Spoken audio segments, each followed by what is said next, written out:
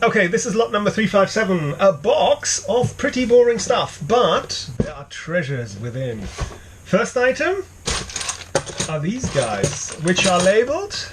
They are labelled Starline 45 2.6 inch. Now, Starline is a modern manufacturer, so I don't think these are historical cases. No. But the interest is by the fact it's named 45 by 2.6 inch, which I googled at length and didn't find anything. If you actually dig a little further, it actually comes back as 45-100 Sharp. Yeah, the Sharp's rifle is an 1874 big game rifle, really popular in the States, as all these big cartridges are, probably buffalo hunting or something like that. The basic case was later on adopted into the 4570, so instead of being that long, the 4570 is only this long. Other than that, the case is largely the same. The trouble is the only heads right now we have that are about 300 to 400 grains are all truncated cones, and I don't think that's going to look very good on this at all. No, I think these ones, I mean, it's basically a historical round, isn't it? So it really should have, to my mind, a round nose, a lead round nose, maybe 405, 450 grains, something like that. I don't know if we'll see what we can find. Maybe paper not. Patch. You're going to do that to me. I'm going to be here for weeks. Okay. Next item of interest. Yes. An unmarked box. All it says is Remington BR.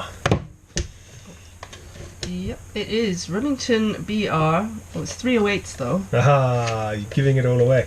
Yeah. This is BR stands for bench rest. Bench rest are the sort of people that try and remove everything from the gun other than the gun. So effectively they take the gun and screw it to the table, for lack of a better word.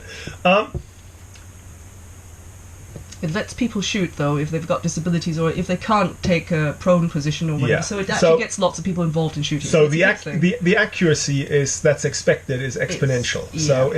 Because you don't have the user behind it. That's it. Well, you still do. You see, you still have bench rest shooters that shoot it. They're different graduations. Well, the thing is, you still have to take account of things like windage or conditions on the day. I have met people who said they shot bench rest, who basically, for them, it was more like an F-class sort of thing. Yeah. Well, I can see it, though. If you get really, really deeply into it, I mean, you're going to be looking for the most precise cases, so specialist cases marked for your purposes, because, quite frankly, it is a bit of a niche shooting hobby still, or niche shooting. I think it's larger in the States than it is in the UK. It could well be. But 308 is an unusual an unusual caliber to shoot for bench rest. Yeah. I mean, they normally shoot short calibers and in big case adaptations sort of thing to get a lot of speed out of them. Like the 6mm BR that we had in the past. Yeah, well, you can really see they're pushing, a very specific sort of distance, or, it's really fine-tuned to specific distances or... The other thing I noticed, that's a small primer pocket. That's not a large primer pocket. Yeah, no, it is... Isn't it? It is. I'm sure it is a small primer pocket.